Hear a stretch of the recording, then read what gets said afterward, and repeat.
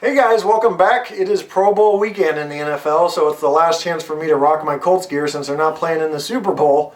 I got my Andrew Luck jersey on because he is the quarterback for the AFC team. But you're not here to listen about football, you're here to hear about trains. So we're going to talk to you guys today about some of the issues I've had with locomotives. And as I've said before, any product I encounter, I will tell you whether I have problems with it, even if it's after the review. So some of these issues I've had in the past few weeks and months, I want to tell you about today. So you can be a buyer, an informed buyer, and also check your return policies and things like that from companies you're purchasing from, especially when you're talking about some of these products I've had problems with. Now, one thing before we do that, next week I will have two Overland Models SD70Ms, flared radiators with the UP flag on the side. I picked up two of those, they're DCC equipped.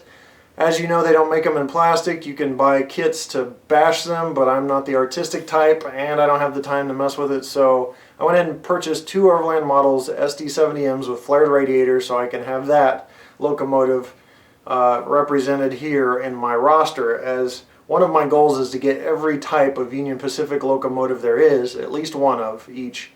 And I'm wrapping up that goal. I'm starting to get close. So with that said, next weekend we'll be talking about those Overland Models SD70Ms, flared radiators. But this week we're talking about issues with manufacturers and their product. So the first one I want to talk about is this Broadway Limited AC6000.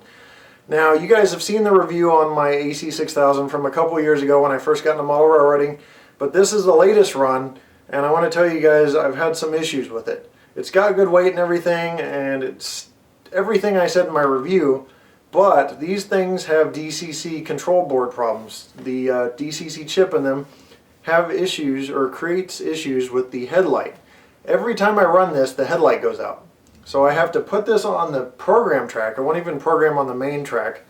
I have to put it on the program track and reset the decoder, and then the headlight comes back on.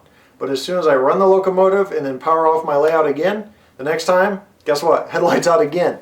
So I have to reset the headlight every time, reset the locomotive every time to get the headlight working. And that's a problem. Now it could be just a little problem, but I got to talking to a group of people that have AC6000s. I've got a previous AC6000 that I have problems with a ditch light. Same thing, a decoder reset. So there's something wrong with these locomotives and the chips. Now does that mean everyone? No, because I've got another one that's fine. But I'm just warning you guys, if you're looking at purchasing these, especially on eBay used, make sure that there's a return policy and make sure you pay attention to these headlight issues and make sure the locomotive works properly. Also, if you're buying them from a retailer, make sure they've got a good return policy. So that's about it on these AC6000s. It is a problem. It's a fairly, I wouldn't say widespread problem, but I'm seeing forum discussions. I'm talking to people that are having the same issues. Even on smaller forums, and people I know that are like people I consider friends or people that I've dealt with DCC installations and things like that have had issues with these AC6000s. So it's out there. It's definitely out there. Now that we've talked about that, as you see behind me, I've got this MTH Challenger. Now this is more of a my fault thing, user error, but you're going to want to make sure with these Challengers and all MTH products, and really any products that have smoke, that you're keeping the smoke fluid levels high enough. Because if you don't, it will stop the smoke unit from working. MTH units have a system in there that has a wick like this. All it looks like is a tiki torch piece of material that you use. So it's just like any wick. And it's put in this reservoir, and it has a heating element that sits down on top of it. And it has a fan that blows the smoke out. Well, the problem with my MTH Challenger was I didn't keep the fluid levels up, so the wick burnt and it charred, and I have the wick around here somewhere. Here it is right here. As you can see, there's black on that wick, and that's the charred part. So that eliminated or greatly decreased the amount of steam that came out, or smoke, but also the fan motor went out. Now I have read where MTH fan motors do this on occasion, so that may have not been a user error, but the fan motor went out.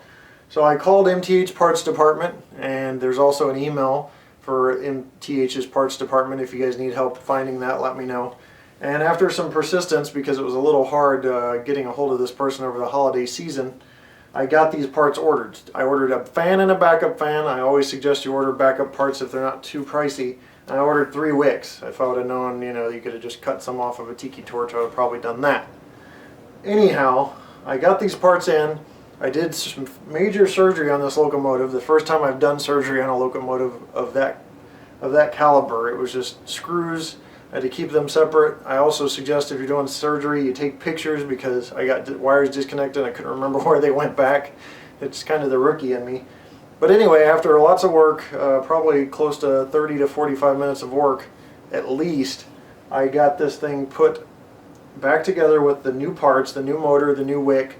While the wick was in there and everything was exposed, I pre-saturated the wick. I highly recommend that. I learned that from an O-gauge video on MTH units somewhere on YouTube, to pre-saturate the wick, that it increases the smoke output, and it does.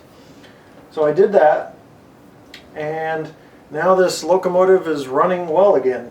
Synchronized smoke, which is great, because the MTH Challenger didn't have that, and it smokes so well that it smokes up my whole basement. So sometimes I have to lower the level of the fan. It's got 3 settings so you can lower it. And the big thing about this locomotive is they're really expensive.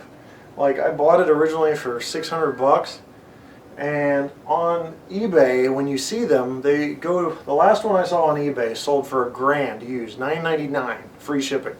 It was insane. So I definitely wasn't willing to let this thing go, and I probably won't even when the Athearn one comes in that I ordered.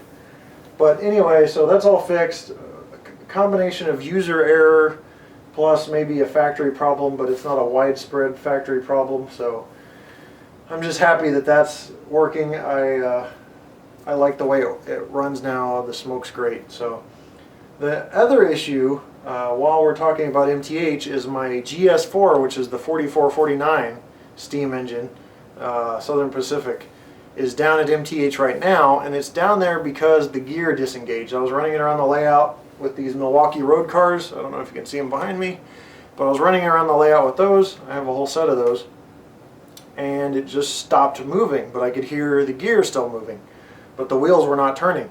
So something came disengaged, and I was reading around online that that's a prominent problem. So I sent it down to MTH out of warranty to fix just a couple of days ago. I'll keep you guys informed on the turnaround times for those and whatever it cost me to fix it, so you guys know. I'd read on the forums where they were fixing some for free, but I don't know if they'll do that for me or what, because it's out of warranty. So I'll let you know how that goes. That's a GS4 issue you need to know about. And that is about it for the issues I've encountered. While I was researching the Broadway Limited AC6000 though, I found out the Broadway Limited GS4s have issues, and lots of mechanical issues. I mean, the boards were lit up with them.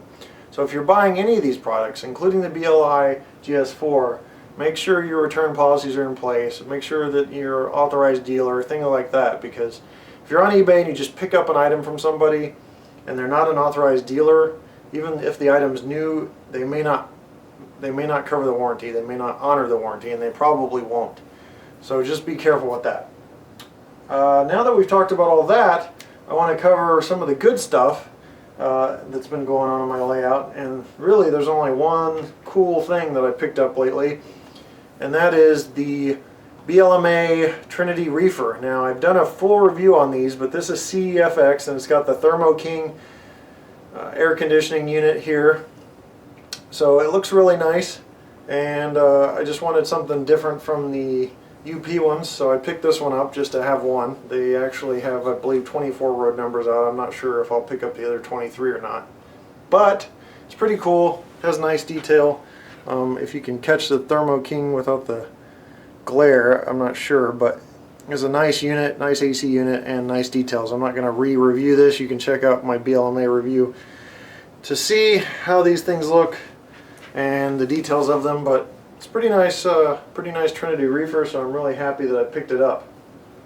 With that said, I'm looking forward to next week when I get those Overland Models ST70Ms with the flared radiators in, and the flag units are already DCC installed, so that's great. And I'm looking forward to this spring and summer and fall and winter when all the Norfolk Southern Heritage units roll in and all the cool stuff that I'm going to be reviewing this year. So with that said, you guys enjoy the Pro Bowl if you're football fans, and we'll see you next time right here on my channel. Thanks for watching.